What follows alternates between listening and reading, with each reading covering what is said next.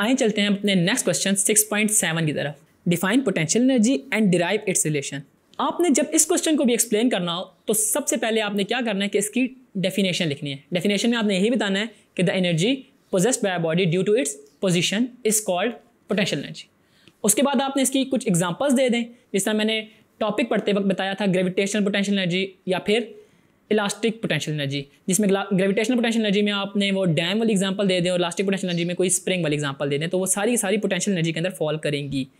और जहाँ तक बात रही इसकी डेरिवेशन की, तो आपने बता देना है कि जो वर्क डन अगेंस्ट हमारे पास किसी भी फंक्शन को परफॉर्म करने के लिए यूज़ हो रहा था वो पोटेंशियल एनर्जी की मेन कॉज होता है। तो इसकी डेरिवेशन में आपने जस्ट ये करना है कि W = mgh प्रूफ करना है।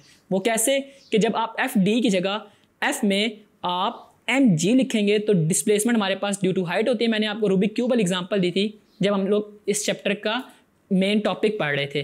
तो आपने उसी चीज़ को इसमें एक इस तरह डिपिक्ट करना है कि आपका क्वेश्चन 4 to 5 लाइन के अंदर कंप्लीट हो जाए।